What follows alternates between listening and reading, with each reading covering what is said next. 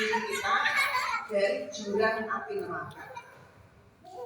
Kalau boleh saya tanya nih, dari yang dosa-dosa lisan tadi yang keempat-empatnya tadi itu, marah, ghibah, namimah, fitnah, kadang yang masih sering kepleset, yang mana kira-kira? Ghibah. Masih suka ghibah? Ibu tahu siksaannya ghibah kayak apa? Dalam hadis Riyadhus Shalihin, kalau itu punya kitab namanya Riyadhus Shalihin, di dalam kitab itu ada bab khusus yang membahas tentang ghibah.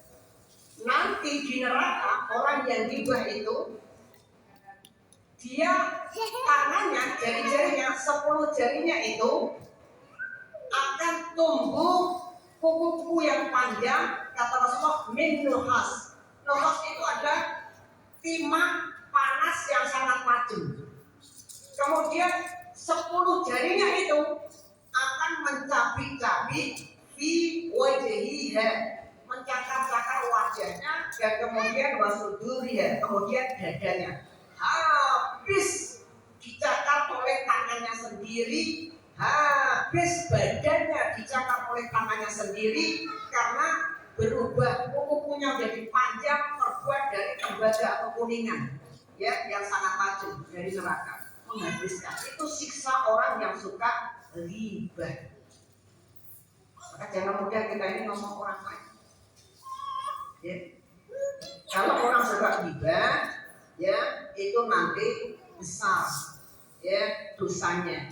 Sampai-sampai ghibah itu jenis siksaan di neraka, ya. Kemudian di pengadilan akhirat, orang yang ghibah itu Allah akan fayuqhada min hasanati wa min hasanati. Allah akan mengambil pahala kebaikannya, diambil diberikan kepada orang yang digibahi. Jadi kalau itu digibah orang, sebenarnya itu mendapatkan transferan pahala yang itu sudah terseleksi. Orang amalan-amalan pahalanya ada yang dapat pahala, ada yang jangan, karena ria, karena ingin dipuji, tidak dapat pahala. Tapi ini sudah terseleksi, benar-benar nih pahala-pahala, benar-benar pilihan dari amalnya, Bu. Diberikan kepada ibu, ini pahala pilihan, Bu. Amal pilihan, mendapat pahala pilihan. Ibu nggak beramal, hanya diam saja karena ibu digibahi terus, ibu dapat pahala yang mengalir. Maka sebenarnya kalau sampai-sampai ada hadisnya itu, seorang sahabat ketika, ya, jika saya ini ghibah, maka yang layak saya gibahi itu adalah ibu kandung saya. Kenapa? Karena jangan sampai pahala saya diambil orang yang punya hak mengambil pahala saya, ibu kandung saya. Sampai seperti itu. Ya. Bagaimana dia beribadah puluhan tahun habis dikasihkan orang? Atau akhir dari khotoya, kesalahan orang yang digibahi diambil oleh Allah Subhanahu wa taala, dipindahkan kepada orang yang menggibahi. Alhamdulillah. Summa turiha finnar, kata Rasulullah.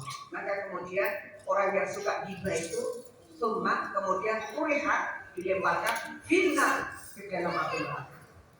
Jadi hati-hati kalau gibah, dosanya besar, dan nanti dia akan mencakar wajahnya dan dadanya sendiri saat di neraka. Ya. Maka hati-hati kalau ibu mengatakan tadi dari 4 dosa lisan itu, kalau masih dilaksanakan ghibah, segera bertobat, jangan dilakukan kembali. Ya.